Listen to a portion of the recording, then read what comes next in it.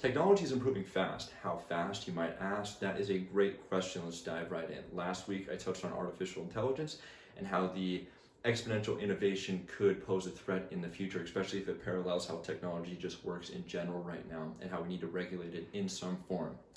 This week, I thought I'd give the audience a little bit more perspective on how fast technology actually is improving.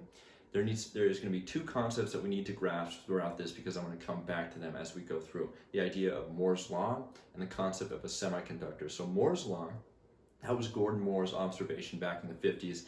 He saw the number of transistors on a circuit or an integrated circuit was doubling approximately every 2 years. And for a semiconductor, all I want us to picture in our heads is a circuit board, just those classic green circuit boards, so this doesn't turn into an hour-long TED Talk about me going over what a semiconductor is and what it does. First topic on the agenda today, looking through technology through time, is going to be storage. So in the 50s, we had magnetic core memory. The system was the first reliable, high-speed, random access memory for computers, and it was used well into the 1970s. Then, after that, we found semiconductor memory. And it was the 8-bit RAM, one of the earliest uses of dedicated semiconductor memory in a computer device. And then we have three examples that we all know and love that we still have today. We have a CD-ROM that could hold about 550 megabytes. And then we had a USB in the early 2000s, which some of us may still use those today. We still have the inputs for them on a lot of our devices. They were easy to transfer back and forth, both data and movement.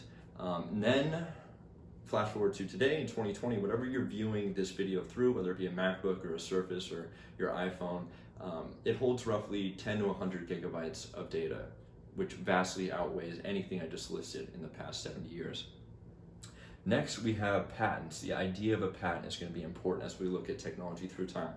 So a patent is a government authority or license conferring a right or title for a set period, especially the sole right to exclude others from making, using, or selling that item. In 1961, this is 171 years into the US Patent Office being a thing and able to grant patents to individuals, we had 3.3 million patents, and that was pre-semiconductor. And so in 1995, there was over 5 million. Flash forward 20 years, in 2017, we had roughly 10 million. 2020, today, only 5 years later, we have around 15 million. So if we extrapolate that number out, look at a few decades, few years even, we're going to see millions, if not billions more. And last but not least, same thing I talked about last week, is going to be artificial intelligence. And SINT Harvard, they frame the timeline relatively well. So the main thing to grasp with this one is how AI started and the barriers to entry. Especially in the 50s, computers were told what to do, but they could not remember what they just did. Both that and pairing it with the incredibly expensive limitations that both computers and AI face in the 50s, that was the biggest barriers. And then you go into the 60s and 70s, things improved. There was kind of a mass rise in AI, but we're going to flash forward all the way to 1997. That's when IBM's Deep Blue was able to beat the current 1997 world chess champion and grandmaster. Then we come to Google's AlphaGo, which is not too long ago, and it was able to beat the world Go champion. And then I talked about DeepMind last week. That is Google's essentially a super intelligence. It has administrative access to all of Google's servers, which again, Elon Musk proposes the threat that it could essentially act as an unintentional Trojan horse, get into the servers and essentially do whatever it wants from there.